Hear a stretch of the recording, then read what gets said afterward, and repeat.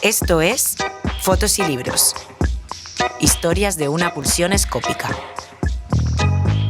El primer podcast sobre fotolibros en España.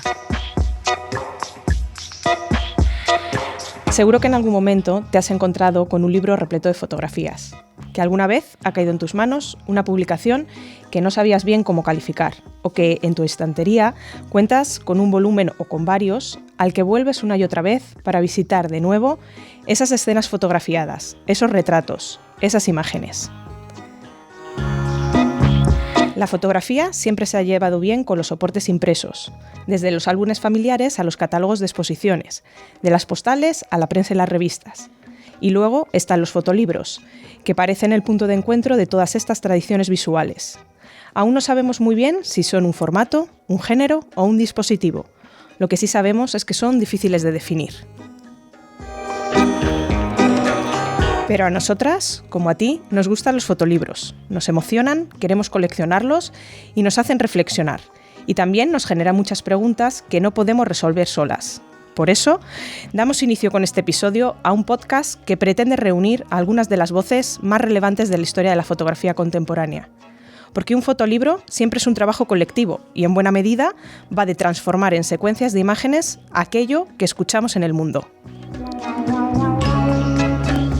La primera pregunta es casi obligada. ¿Qué es un fotolibro? ¿En qué se diferencia de otras publicaciones con fotografías?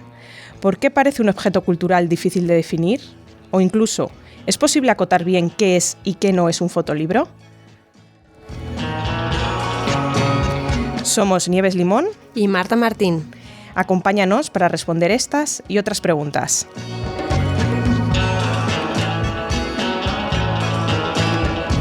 Bueno, Nieves, apasionante la tarea que tenemos por delante. Yo llevo años intentando definir qué es un fotolibro y aún no lo he conseguido. Así que vamos a comenzar leyendo un pequeño fragmento muy sugerente. Hacer fotolibros implica conocer el medio, meditar sobre el soporte y sobre el hecho de que pasar las páginas, más allá de un condicionamiento estructural, es en sí mismo un canal de expresión, una secuencia de espacios y momentos por revelar, lo que hace de este formato un medio discursivo que genera resonancias. Ahí es nada. Las palabras en cuestión no son mías y no son tuyas tampoco. No, tampoco son mías, no. Son de uno de los invitados que tenemos el placer de recibir hoy en la mesa, Gonzalo Golpe. Hola, Gonzalo, ¿cómo estás? Hola, encantado. Nosotras estamos muy contentas de tenerte aquí. Muchas gracias por acompañarnos. Estas palabras aparecen en tu libro Curso-Discurso, un libro que tiene diseño de Ricardo Báez y fotografías de Alejandro Marote. Editado por Cabeza de Chorlito, es una de las múltiples aproximaciones que has hecho al lenguaje de los fotolibros.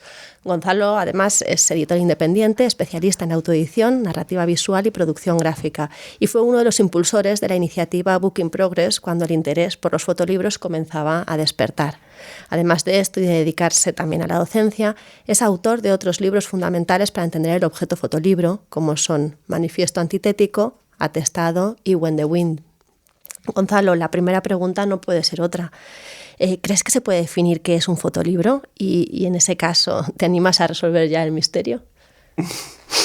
Bueno, lo primero, yo creo que por elegancia, ¿no? Es decir, que en esa definición con la que empezabais, yo creo que lo más bonito es precisamente, no son mis palabras, son las de una referencia a Ulises Carrión, ¿no? Que esto que es espacios y momentos por revelar, ¿no? Que a mí me gusta mucho el trabajo de Ulises Carrión. A ver, si esto me lo hubieses dicho hace 10 años, probablemente era mi obsesión definir el fotolibro. Pensaba que la definición podía ayudarnos a entender lo que estamos haciendo. Ahora pienso lo contrario. Es decir, para mí, nombrar y categorizar son ejercicios de poder. Entonces, claro, categorizar al final es encerrar. Y si hay algo que es probablemente lo más bonito de los fotolibros es que es imposible encerrarlos, ¿no? Y son los autores y las autoras las que siempre de alguna manera están llevándonos o cambiándonos el paso, ¿no? A la hora de definir o entender qué es un fotolibro. Con lo cual a mí es una categoría que niego, para empezar, ¿no? Porque además es un sin Dios, es decir, existe una cosa que se llaman los libros de arte. Dentro de los libros de arte conviven libros que son claramente autor y libros que no lo son, que reproducen la obra de autores o de autoras. Dentro de la categoría libro de arte, cuántas veces hemos visto en concursos y en festivales que se premian como fotolibros, catálogos fotográficos o manuales o ensayos, con lo cual probablemente lo más interesante es que es un ejercicio de autoría desde mi punto de vista, son libros de autor, son libros de autora, y que el trabajo que se hace con las fotografías en términos no solo narrativos, porque eso es solo una de las vías, es fundamental, es lo que articula, ¿no? Independientemente que lo hagas solo con fotografías o con otro tipo de imágenes o que lo hibrides con palabras, ¿no? Pero me parece que la clave está en lo que pedimos a las imágenes, a las fotografías que hagan entre sí en ese régimen de resignificaciones, ¿no? Y de trabajo metafórico. Yo creo que eso es a mí lo que me parece más reseñable, ¿no?, del fotolibro. Pues muchas gracias, Gonzalo. Y vamos a repetir el ejercicio ahora con la otra persona que nos acompaña en la mesa. Decía Marta hace unos minutos que teníamos la suerte de tener a 2 invitados. Así que el otro invitado es Juanjo Justicia. Muchas gracias, Juanjo. ¿Cómo estás? Muy bien, muy contento de estar aquí con vosotras hablando de esto, que tanto nos gusta. Eso es. Bueno, pues hacíamos referencia a que este oficio, el de pensar y hacer fotolibros, es un trabajo colectivo. Y Juanjo es el vivo ejemplo de ello porque pertenece al gremio del diseño gráfico y la dirección artística. Es cofundador, junto a Pablo Suárez, del estudio de diseño Underbau. Lo hemos dicho bien, ¿verdad? Muy bien, muy bien. Bien. Y estos son palabras mayores. Desde allí han dado cuerpo a algunos de los proyectos editoriales de fotógrafos y fotógrafas como Rafael Trapiello, Eduardo Nave, Laura Sansegundo, Espe Pons o los recientemente premiados Santi Donaire, Alejandra Carles Toldrá y Leila Forés. Y también a conocidos catálogos como los que recogen la obra de Nicolas Müller o de Joan Foncuberta. Aunque Gonzalo ya ha ido diciéndonos que para él definir es un ejercicio de poder y que, bueno, de alguna manera limita el campo, nos gustaría también conocer, Juanjo, si tú crees que se puede definir qué es un fotolibro y, en tal caso, si te animas a resolver el misterio con nosotras. No sé si voy a poder ayudar, pero me resulta mucho más fácil decir que no es un fotolibro. Me acuerdo que una vez iba con mi hija por el Tiger y había en estas cestas que hay allí, había una cosa que ponía libros de fotos, 2 euros. Y me dijo mi hija, ¿esto es lo que tú haces? Digo, no, eso no es lo que yo hago.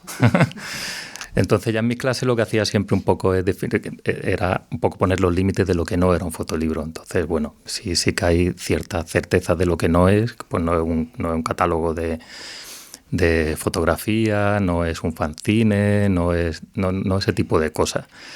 Lo que sí tengo claro es que, bueno, sea lo que sea un fotolibro, que no lo sabemos, y además yo creo que en la propia naturaleza del fotolibro está la imposibilidad de definirlo, porque un fotolibro es un dispositivo radicalmente expresivo. O sea, todo lo que compone ese fotolibro, todos los materiales, todos los elementos constructivos, de composición, todo está expresando algo y algo que debería ser así para que un fotolibro funcione.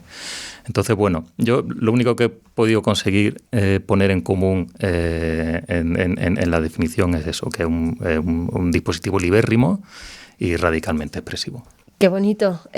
Pues bueno, nosotras empezábamos por ahí porque sabemos que existe como un cierto desacuerdo a la hora de definir el fotolibro, ¿no? Y también con la propia palabra en sí. Hay a quien la palabra pues le parece un poco imprecisa, ¿no? O poco adecuada, pero lo cierto es que desde que aparece por primera vez publicada en torno a los años 80 del siglo XX, se ha hecho un hueco tanto en la práctica artística como en la academia. De hecho, ya hay un cierto consenso teórico en identificar al menos algunos de sus principales rasgos definitorios, ¿no? Como habéis explicado, aunque sea a partir de la imposibilidad de definirlo, y en reconocer ciertos hitos que conforman lo que podemos llamar como una historia propia, ¿no? del medio. Esta historia se remonta además casi a los orígenes de la misma fotografía. Siempre pensamos en el British Algae de Anna Atkins, considerado el primer libro de fotografía de la historia, o The Pencil of Nature de Fox Talbot, inmediatamente posterior. Una historia, decíamos, que llega hasta nuestros días. Pero Gonzalo, tú en tu libro, en otro fragmento, nos dices, no basta tampoco con entender que el formato en cuestión proviene de una práctica continua a lo largo de los siglos. Y ahí vamos, al paso de los siglos y al peso de los siglos, ¿no? Y de la historia. ¿Cómo crees que se deja ver en las publicaciones actuales ese legado, ese pasado? Por formularlo con otras palabras, ¿qué crees que se mantiene del formato primitivo de las publicaciones actuales? Bueno, lo primero es decir que siempre me parecía muy sugerente que la iniciadora de esto sea una mujer, ¿no? Y además una mujer con un trabajo sobre plantas. Porque creo que los libros y el lenguaje tienen mucho que ver con las mujeres y con las plantas. Eso por un lado. Luego, el legado y el peso del pasado. Yo creo que el pasado, por lo menos en términos de transmisión cultural, no es un peso. O sea, yo lo que veo de alguna manera es que es como una comunidad de prácticas. El libro podemos entenderlo como un dispositivo cultural y se va transmitiendo de forma natural, probablemente casi intuitiva. No creo que pensemos tanto en cómo se hacen los libros, ¿no? Mientras los estamos haciendo. Creo que la reflexión viene muchas veces a posteriori, ¿no? Entonces, en este caso, lo que yo pienso es que al final heredar un libro es reconocer un vínculo, una afiliación. Cuando llegas a hacer un libro por primera vez, creo que estás arrastrando muchas cosas, seas consciente o no de ellos, de autores y autoras que te interesan, de formatos que has visto y de alguna manera se han quedado encarnados, ¿no? en ti, de cómo se abren los libros. Con lo cual creo que efectivamente, seas o no consciente, vas incorporando, vas transmitiendo y vas renovando hasta cierto punto, lo de renovación, un montón de cosas que vienen de lejos. Para mí es una tradición. Y en cuanto a tradición, es algo que está vivo. Y tan vivo que está, ¿verdad, Juanjo? Mirando al presente, ¿qué hay de radicalmente novedoso, ¿no? en los fotolibros actuales? ¿Hay algo que sea como muy propio de nuestros días, que se inscriba en los fotolibros que hacéis en vuestro estudio? Pues fíjate, yo creo que lo que ha hecho radicalmente novedoso al fotolibro es precisamente la tecnología. Yo creo que esa no necesidad de mostrar el trabajo en papel, porque ya se puede mostrar con otro montón de medios, puedes enseñarlo es relativamente fácil mostrar tu trabajo en tus redes sociales, en tu página web, ha hecho que el fotolibro se atrinchera en su peculiaridad física. Entonces, esa pureza un poco de aprovechar los recursos del medio impreso ha hecho que el libro sea radicalmente novedoso. Y también el avance de la tecnología también ha hecho que mucha más gente pueda hacerse un fotolibro y experimentar con esto. O sea, esa democratización de los recursos que hay ahora, pues imprentas digitales de calidad, ha hecho que podamos seguir un poco experimentando y trabajando en un formato que antes estaba reservado para unos pocos. Entonces, bueno, creo que paradójicamente la tecnología ha hecho que esta cosa tan extemporánea que es hacer un libro, que no tiene nada que ver con los signos de los tiempos, sea radicalmente novedoso. Y si miramos ese pasado y también al formato de la actualidad con estos cambios que nos comentas, Juanjo, ¿cuáles serían para vosotros los títulos imprescindibles que cualquier persona amante de la fotografía tiene que tener en su estantería? Y empieza quien quiera. Venga, Juanjo. Me lanzo. Es súper complicado. Vamos, yo no sé. Hablo un poco de los libros que yo tengo en mi estantería y que me compré porque necesitaba que estuvieran sí o sí. Por ejemplo, de Pilar, Stephen Gill, me pareció que era un libro muy, muy, muy, muy sólido, que tenía que estar ahí. Y por ejemplo, el del libro de Brian Schulman del año pasado, de Son of the Living, que me pareció una absoluta joya. Creo que otro libro, por hablar de un libro contemporáneo que se ha convertido ya casi en un clásico. Creo que era ya un clásico al día siguiente de nacer, por todo, por cómo estaba conceptualizado, por la secuencia, por el planteamiento. Entonces, en principio eso, bueno, después hay otros muchísimos libros, los americanos, creo que un libro que todo el mundo debería tener también, es una obra maestra de la secuencia. Y Café Leipzig también, por ejemplo, en fin. Muchos libros. ¿Tenéis la cartera preparada? Ya, ese es otro tema que tendremos que abordar en algún momento, sí. ¿Y tú, Gonzalo? No lo sé. A ver, al final una biblioteca es un reflejo de quién eres como persona, ¿no? Y no creo que seamos una cosa cerrada, sino que vamos evolucionando. Entonces yo lo único que podría hablar es de que sí que hay una sensación para mí de libros que sin haberlos abierto y sin saber nada de ellos es como que me pertenecen de alguna manera, ¿no? Y eso me ha ocurrido y me sigue ocurriendo y hay un libro, por ejemplo, que para mí es maravilloso, que está por cierto se puede conseguir, no es algo complejo y tampoco es algo extremadamente caro, que se llama Una doble ausencia en español. Es un libro de un autor japonés y no puedo contar mucho sobre este libro porque la historia es muy especial, pero básicamente es un fotógrafo cuyo primo vive con su abuela desde hace años y siente tal, bueno, atracción por esa vida que llevan ellos dos, siempre encerrados en su casita, que se pone a fotografiar ese día a día. Y luego ocurre algo. Luego pasan cosas. Luego pasan cosas. Eso. Pasan cosas, además, lo que a mí me gusta, ¿no? Que parece que no ha pasado nada, pero poco a poco te vas dando cuenta, ¿no? Según cierras. Yo siempre digo que los libros que a mí me interesan empiezan cuando se cierran. Y este libro es así, o sea, cuando lo cierras no te deja, a día de hoy no me deja en paz. ¿Y alguna referencia nacional, así fotolibros? Nacional, bueno, de autor nacionalizado. ¿O nacionalizado? Para eso mí, es. Nacionalizado, Federico Clavarino. Soy un fanático del trabajo de Fede. Para mí, Federico, en cada uno de sus libros, lo interesante es, uno cuando sigue autores y autoras que han trabajado mucho, siente, da igual, la disciplina, que hay como una repetición, ¿no? Que hay 2, 3 temas y hay una repetición. Federico es justo lo contrario de esto. O sea, cosa que hace ahora, lo que está haciendo con Tamisco es brutal, es alucinante, ¿no? Esta capacidad que tiene como para estar todo el tiempo, bueno, viendo de otra manera, de forma periférica, pero en primer plano, la fotografía, ¿no? Ahora con Tami, con esta idea de llevarla al objeto, llevarla a la escultura y estar dialogando, ¿no? Con ella. Pero Federico, cualquier libro de Federico es alucinante, o sea, claro, y es que además tienes títulos como Italia o Italia, ¿no? Fundamental.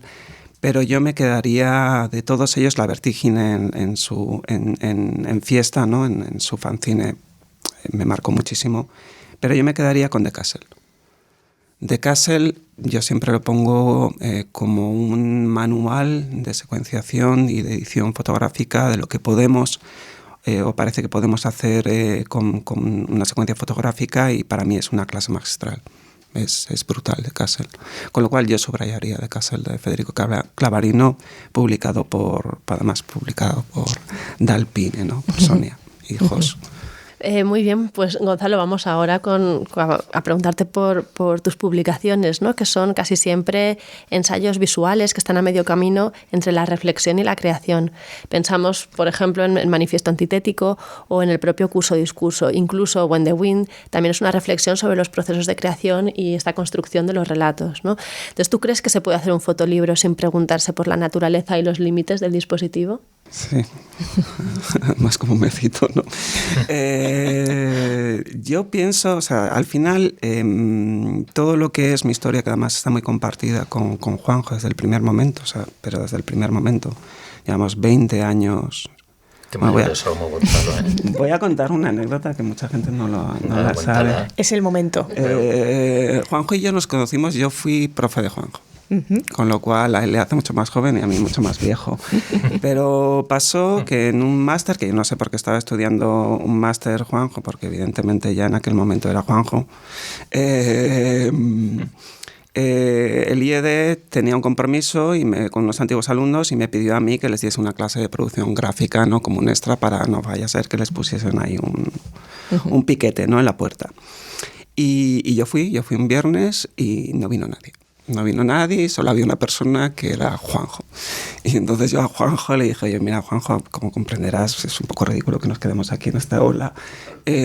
Vámonos al bar. Esto termina, ¿verdad? Vámonos al bar. Vamos al bar y nos tomamos la frase algo. Que esperábamos. Vamos al bar y nos tomamos algo. Y a partir de ahí, desde ese momento, bueno, amigos, es probablemente uno de los amigos más cercanos que tengo, socio, dentro de lo que fue 7 de un golpe. Diseñador, yo siempre digo que me cuento con Juanjo y con Pablo para hacer libros, bueno, que nos importan, ¿no? Para hablar de lo que hacemos a través de los libros.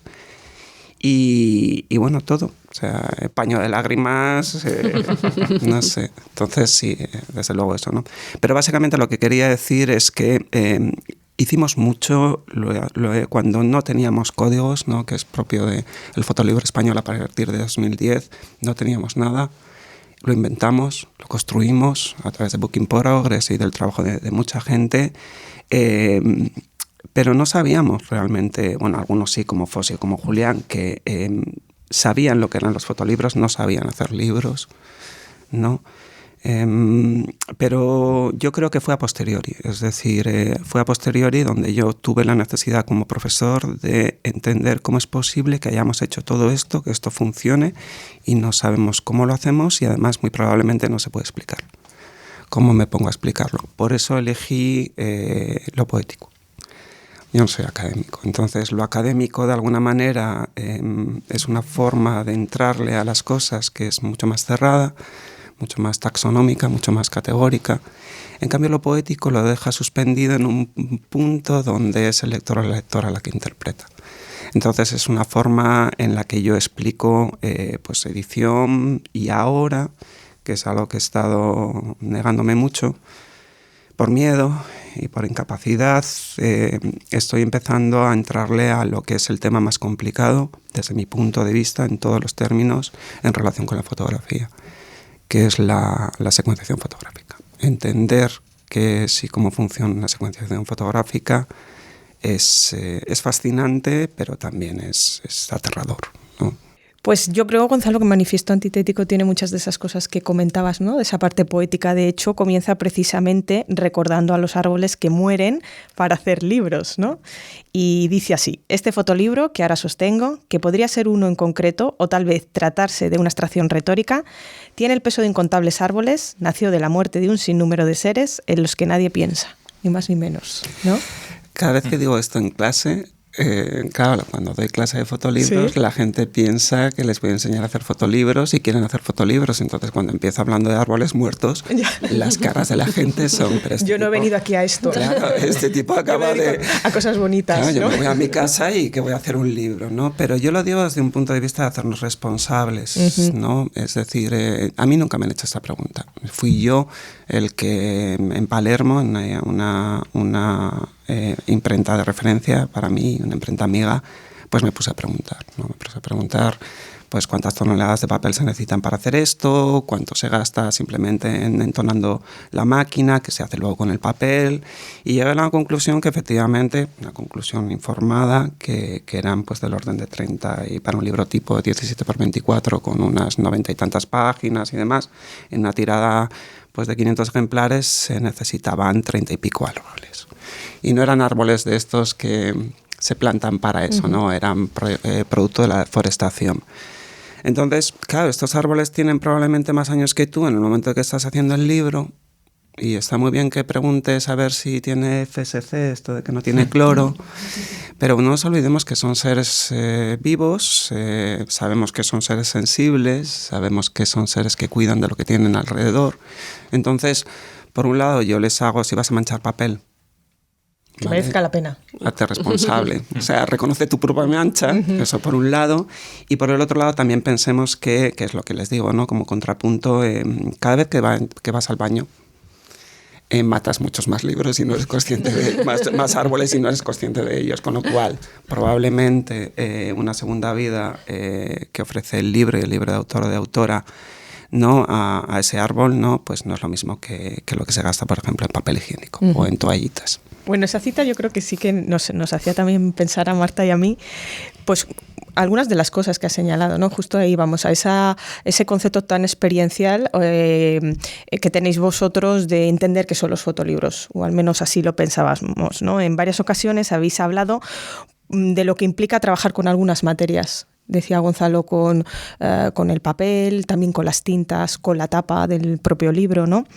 La imagen fotográfica creemos que para vosotros es un componente más, pero no es el único en esta ecuación de realizar un fotolibro. Y hay muchas otras variables. Entonces nosotras nos preguntábamos cómo se puede conciliar y hacer dialogar un proyecto fotográfico de un creador, de una creadora, ese conjunto, secuenciación de imágenes de las que hablabais, con las exigencias, las limitaciones, las posibilidades del formato, pero también con el contexto, que Juanjo también conoce muy bien, plazos, costes, tipo de cuestiones. Así que, ¿cómo se hace conciliar eso, Juanjo? Bueno, yo creo que se concilia teniendo claro desde el principio qué es lo que quieres. O sea, creo que hay muchas maneras de producir un libro. Y yo creo que antes de empezar el proceso de creación de un fotolibro tienes que tener muy claro a qué va destinado ese libro, qué tirada quieres, qué quieres conseguir, a quién quieres distribuirlo. Lo digo porque teniendo claro esto desde el principio, puedes aprovechar al máximo los recursos que tienes de cada medio de producción y de cada profesional que va a participar en ese libro. Porque si no se hace esa reflexión previa, lo que vamos a hacer es poner ñapas todo el tiempo y probablemente estemos desaprovechando los recursos que tenemos. Entonces creo que eso hay que tenerlo muy claro desde el principio y luego tener muy claro los costes, lo que implica cada cosa. Yo siempre lo digo un poco a quien viene al estudio, es decir, tenemos que hacer un orden de prioridades y tenemos que estar muy atentos a lo que es prescindible y lo que no, qué es lo que realmente queremos mantener y qué es lo que no queremos mantener. Porque en el proceso de creación de un libro siempre, para ajustar costes y tal, siempre se caen algunas decisiones que se toman, pero que a lo mejor no son tan importantes como otras. Entonces yo creo que también hay un juego también de creatividad sobre la marcha que hace que el libro sea posible. O sea, yo creo que un libro tiene que ser posible, eso de entrada. Pues si no, nunca va a ser un libro. Y esto parece una obviedad, pero es algo que tenemos que tener muy claro. O sea, lo importante es que ese libro sea. A ver, efectivamente es un trabajo conjunto y que tiene la peculiaridad que es muy interesante para los que trabajamos del otro lado, es cuánto hay de autoría en algo que parece un servicio profesional. Es decir, cuánto hay de autoría en el trabajo de Juanjo, cuánto hay de autoría en mi trabajo, ¿no? Y eso es siempre algo de lo que hablamos entre nosotros, pero no hablamos en público, porque decir que es un trabajo colectivo es muy importante y es muy fácil decirlo, pero luego encubierta el nombre que aparece es el del autor o el de la autora. Entonces es un tema complejo. Yo lo que trato siempre es de no pensar que vas a descubrir la rueda, sobre todo en el tema de la encuadernación, que es algo que yo protejo mucho, porque realmente yo me acuerdo un caso claramente, ¿no? Que viene un fotógrafo, o sea, un diseñador que es hiper conocido en ese momento, probablemente el más conocido del mundo editorial, y venía obsesionado con el hecho de que quería hacer cosas nuevas, ¿no? Entonces me enseña estábamos en la troupe, me enseña un tipo de plegado.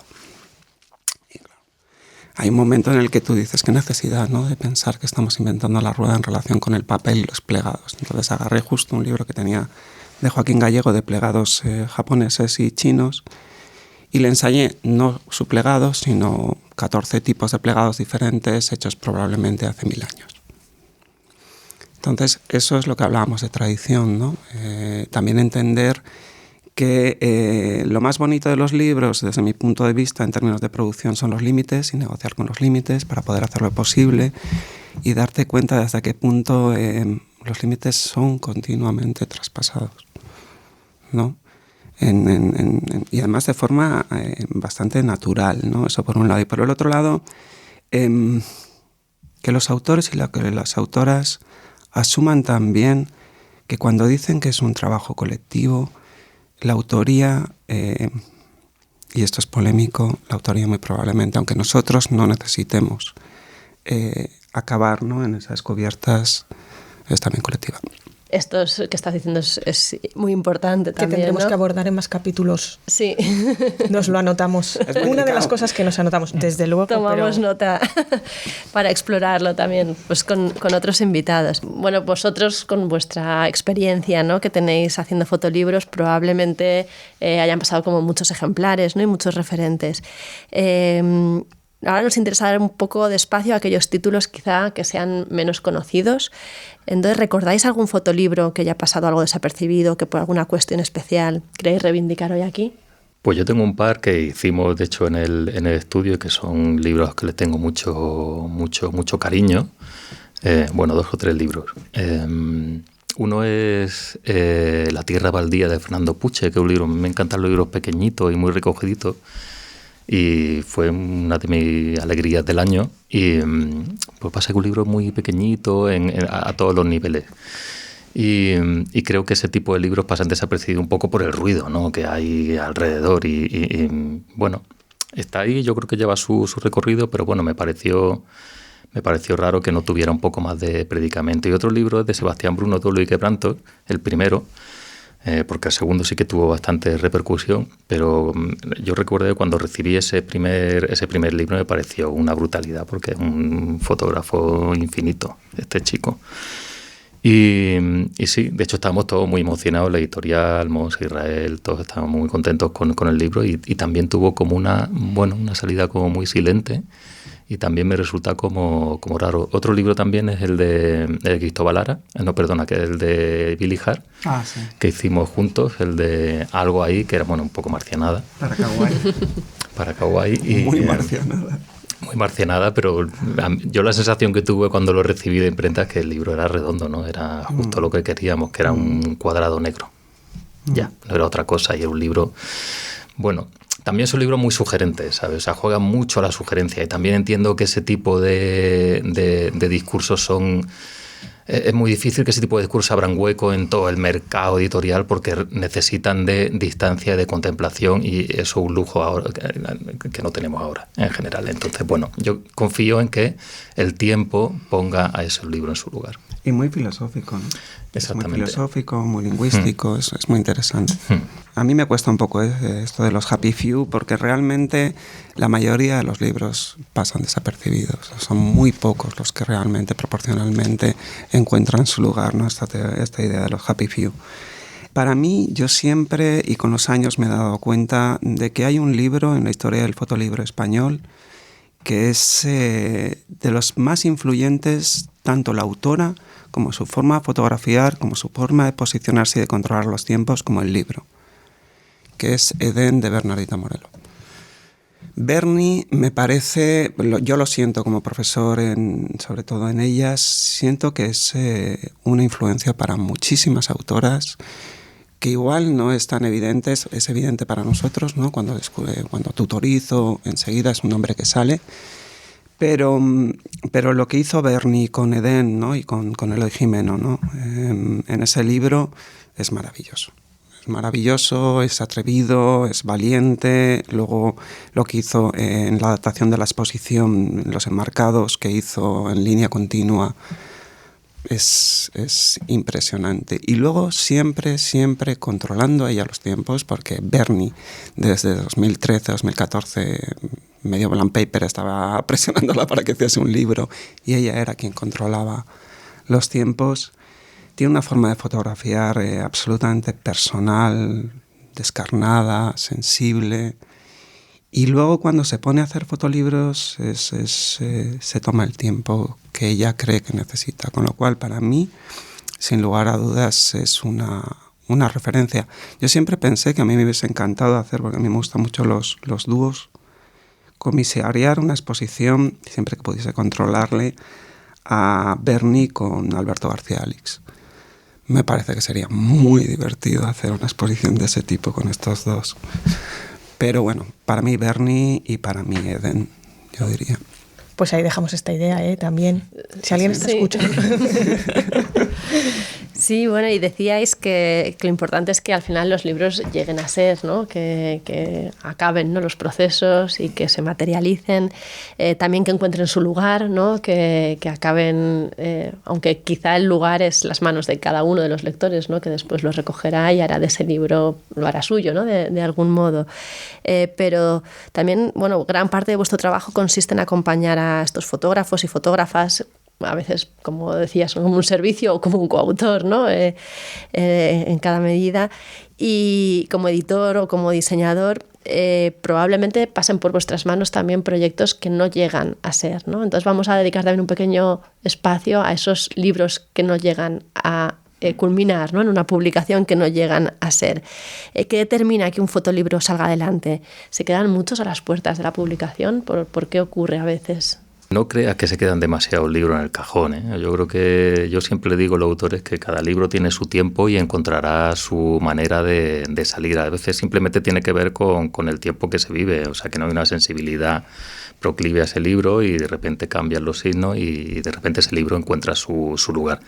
Pero no hay demasiados libros que tengamos en el cajón. Ha habido libros que han estado en el cajón mucho tiempo y de repente, por lo que sea, salen. El Hombrecino, por ejemplo, que es uno de los libros más que más han tenido difusión del estudio. De repente estuve muchísimos años haciendo ese libro y se paraba, volvía, y de repente encontró su momento justo para para hacerse, y eso es el paradigma un poco de este tipo de libros. Muchas veces se queda, es una cosa muy prosaica, es por el tema de presupuesto, es que hacer un libro es muy caro, entonces muchas veces es cuestión de financiación, porque es que es mucho dinero. Y es muy difícil que un libro, bueno, que sea rentable ya es casi imposible, que sea sostenible. Es muy difícil. Entonces, bueno, hay algunos libros que se pierden porque hay que dedicarle mucha energía, hay mucho trabajo, de picar piedra, de buscar financiación. Y bueno, hay gente que tira la toalla, pues no puede dedicarle tantísima energía, tanto esfuerzo a este libro. Pero cuando realmente hay una predisposición a sacarlo y se le dedica tiempo y energía, ese libro acaba saliendo casi siempre, porque acaba encontrando su público y acaba encontrando su camino.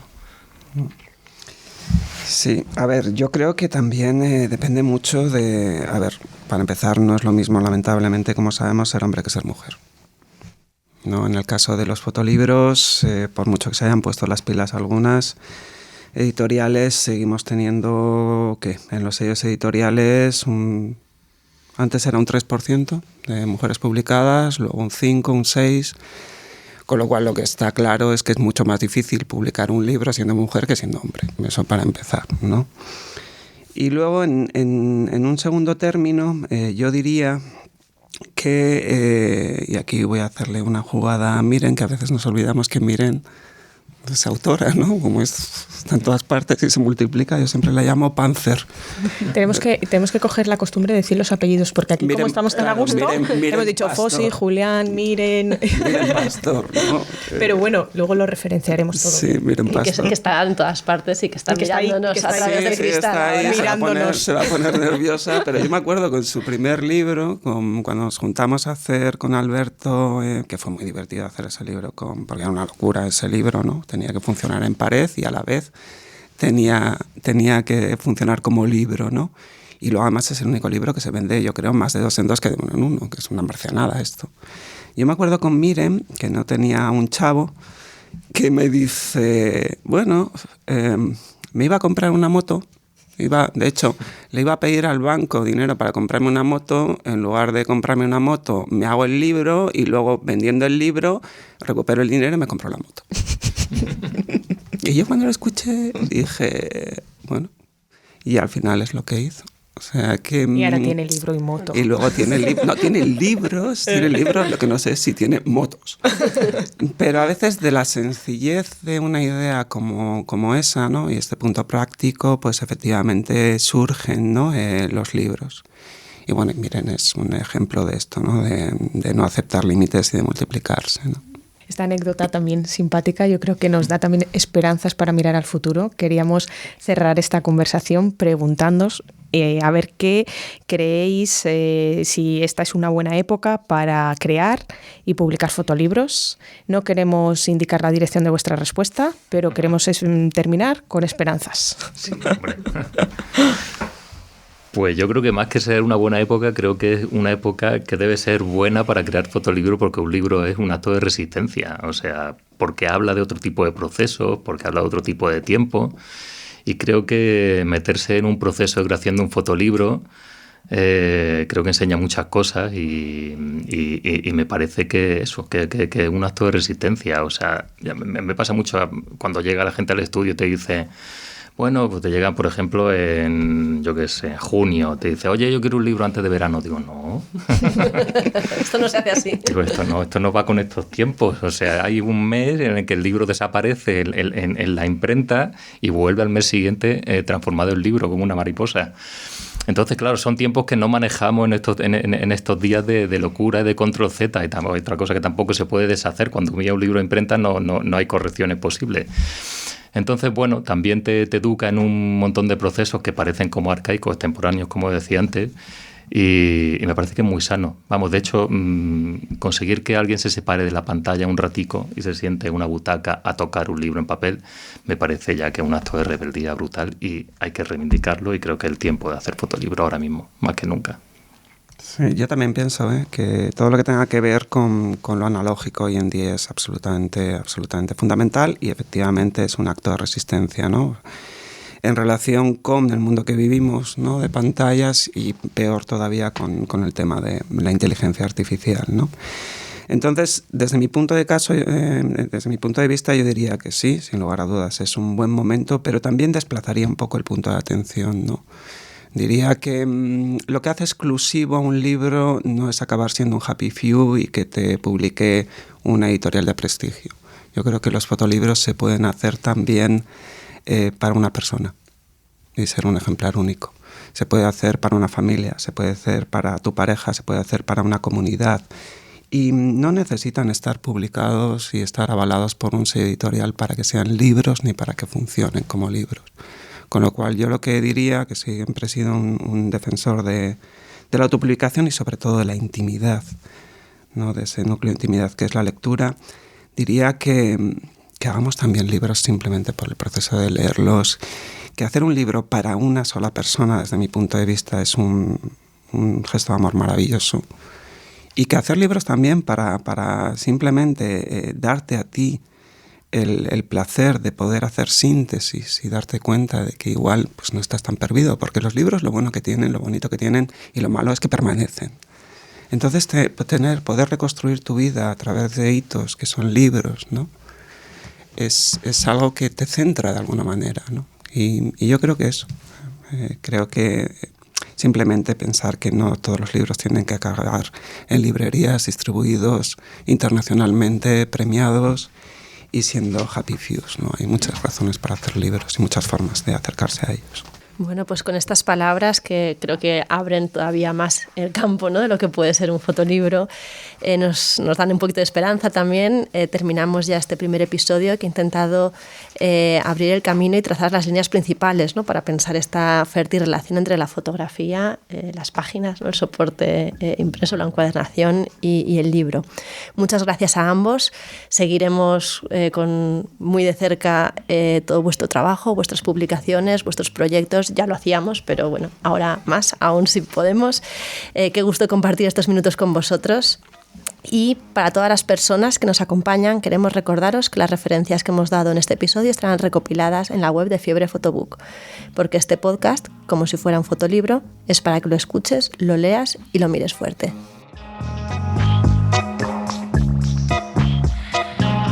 Esto ha sido Fotos y Libros, historias de una pulsión escópica. El primer podcast sobre fotolibros en España. Un proyecto producido por Fiebre Photobook, grabado desde los estudios de la República Independiente de la Radio y guionizado y presentado por Nieves Limón y Marta Martín. Muy pronto, el próximo episodio.